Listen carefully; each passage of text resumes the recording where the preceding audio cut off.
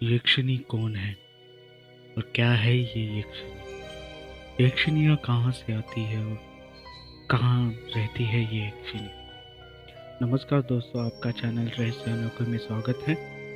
इस वीडियो में हम आपको यक्षिणी के बारे में महत्वपूर्ण जानकारियाँ देने वाले हैं और इस वीडियो को पूरा देखने से पहले आप लाइक, सब्सक्राइब और बेल आइकन पे हिट करिए क्योंकि आप बाद में भूल जाते हो। यक्षिणी एक नहीं होती, अनेक होती है। जिस तरह से हम एक मनुष्य है, मनुष्य एक जाति है, इसी तरह से यक्षिणी और यक्ष एक अलग जाति है, अलग प्रजाति है और इनके अनेक नाम होते हैं, अलग अलग नाम होते हैं।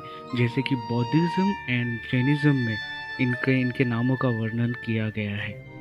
बौद्धिज्म में यक्षिणियों का नाम कुछ इस तरह से वर्णन किया गया है, जैसे कि हरिति, अलिका, वेंदा, अनुपमा, सिमल प्रभा, श्री, शकिनी, मेघा, तिमसिका, प्रभावती, भीमा और कई सारे नाम यक्षिणियों के हैं और सभी का नाम और उनका व्यंजन सब कुछ अलग अलग है। स्वभाव उनका अलग होता है और उनसे मिलने वाले फल और नुकसान दोनों ही अलग अलग होते हैं और यक्षिणियाँ अलग ही लोक में रहते हैं। जैसे फॉर एग्जाम्पल साइंस में कहा जाता है अलग ही यूनिवर्स, अलग अलग यूनिवर्स। जैसे अभी रिसेंटली साइंस ने खोज निकाला है कि अलग अलग यूनिवर्स होते हैं, उनकी अलग एक सूर्य है, अलग ही एक धरती है, सबके सूर्य एक है, अलग अलग ऐसे करते हुए कई सारे यूनिवर्स है इस ब्रह्मांड में। और हिंदुइज्म में इसका कई सालों पहले वर्णन किया गया है कई शास्त्रों में, जैसे कि अलग अलग लोक होते हैं। और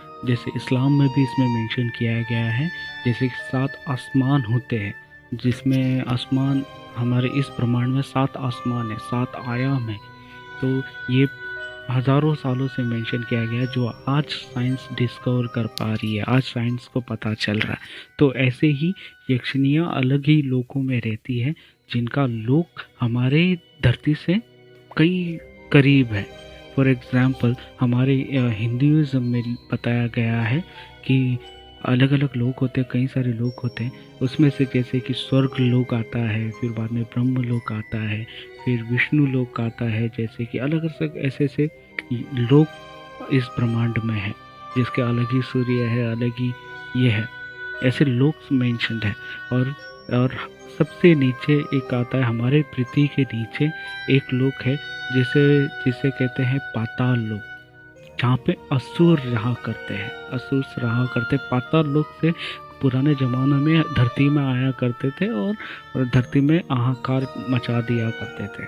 और उसके नीचे यक्ष लोक है, जहाँ पे यक्ष और यक्षिणियाँ रहती है और ये इंसानों से कहीं भिन्न होते हैं। जैसे कि ईश्वर ने हमें और यक्ष और यक्षिणी और ये असुरों को कई अलग अलग एनर्जीज, अलग अलग पावर से बना गया है। तो इसमें असुरों के पास ज़्यादा शक्ति हुआ करती थी, उससे ज़्यादा शक्ति देवों के पास हुआ करती थी, और यक्ष के पास अच्छी शक्तियाँ और बुरी शक्तियाँ दोनों हुआ करती है। और हम इस लोक से दूसरे लोक में जा नहीं सकते, बट असुर और यक्ष और यक्षिणियाँ आराम से अपनी शक्तियों के बल से हमारे इस दुनिया में आ जा सकते हैं। अगर वो कोई उनको बुलाता है, साधक करता है, तो साधक अगर श्रद्धा से उनको बुलाता है, सही प्रक्रिया करता है, तो वो हमारी दुनिया में आते हैं, मदद करके जाते हैं।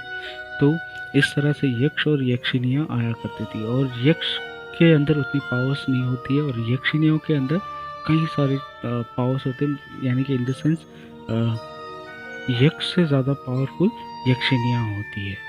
और सतयुग में, जब सतयुग और द्वापर युग का समय चल रहा था, उस समय यक्ष और असुर दोनों ही साथ रहते थे और साथ ही मिलकर इस धरती में आके आकार मचाते थे और उनकी इच्छा होती थी कि स्वर्ग लोक में कब्जा करके उसमें राज किया जाए।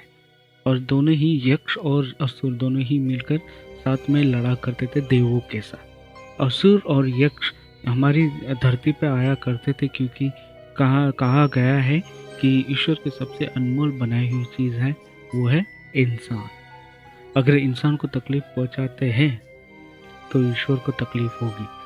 और वो हमारे ही लोगों में क्यों आया करते थे, क्योंकि वो हमारे धरती से कहीं करीब रहते हैं। जैसे यक्ष लोग और असुर, पाताल लोग, असुरों का लोग, पाताल लोग, वो धरती से कहीं करीब है, मतलब हमारे नीचे है। तो वो उन वहाँ से उनको यहाँ पे हमारे धरती पे आने के लिए बहुत इजी पड़ता था। तो वो सबसे पहले हमारे यहाँ पे आते थे, फिर यहाँ से फिर स्वर्ग के रास्ते देवताओं की जगह जैसे स्वर्ग लोग, उनको हरने के लिए वो वहाँ पे आक्रमण किया करते थे। और ये अल्टरनेटिव या सीधी तरीके से वो हमला किया करते थे। और यक्षिणी के बारे में बताया जाए तो यक्षिणी को हमारे देश में ऐसे कई सारी जगहों में जैसे कि देवी के जैसे पूजा जाता है, उनके मंदिर है, यक्षिणी के मंदिर से। जैसे आप गूगल करोगे तो आपको उनका पता चल जाएगा। जैसे उनकी मंदिर है, उनको देवी का दर्जा क्यों दिया है, क्योंकि जैसे कि मैंने आपको बताया कि उसमें दोनों गुण होते हैं। एक दैवीय शक्ति भी होती है, एक जैसे नेगेटिव एनर्जीज भी उनके अंदर होती है। दोनों शक्तियाँ होती है। अगर उसको माँ की नज़र से देखो तो वो आपके लिए माँ बन जाएगी, बहन की नज़र से देखो तो आपकी बहन बन जाएगी, दोस्त की नज़र से देखो तो आपकी दोस्त बन जाएगी। तो उनके अंदर दैवीय शक्ति और नकारात्मक शक्ति दोनों ही होती है और बहुत ज़्यादा पावरफुल होती है। तो कई जगहों पे इस यक्षिणियों को देवी की तरह पूजा भी जाता है। उनके मंदिर भी हैं। और बौद्धिज़्म और यहाँ पे जैनिज्म, इसमें भी उनका वर्णन किया गया है अच्छी तरह से। सतयुग और द्वापर युग में कई साधकों ने अपने तंत्र क्रिया के जरिए यक्षिणियों को साधा था, अपनी माँ के रूप में, वाइफ के रूप में, या तो फिर अपनी दोस्त के रूप में। इसका वर्णन हमारे कई ग्रंथों में दिया गया है। और यूट्यूब में यक्षिणी साधना के कई सारे वीडियो अवेलेबल है, वो सारे के सारे फेक हैं। क्योंकि उस वीडियो में वो कहते हैं कि मेरे जान पहचान में मेरे दोस्त ने, किसी जान पहचान के व्यक्ति ने ये साधना की और संपूर्ण हुई है। कोई ऐसा नहीं कहता कि मैंने साधना की है और पूरी हुई और मैंने ये सारी चीज़ें ऑब्जर्व की है।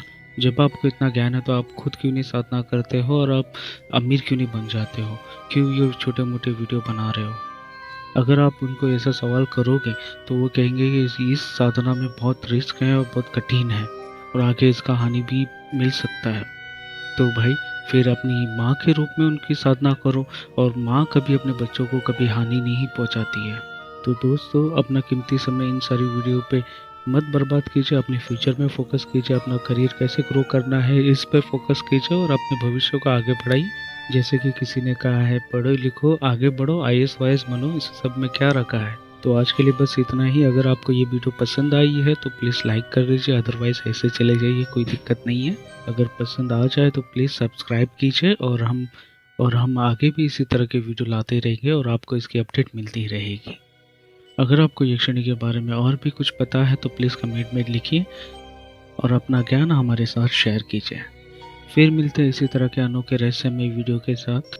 और अपना और अपने परिवार का ख्याल रखिए।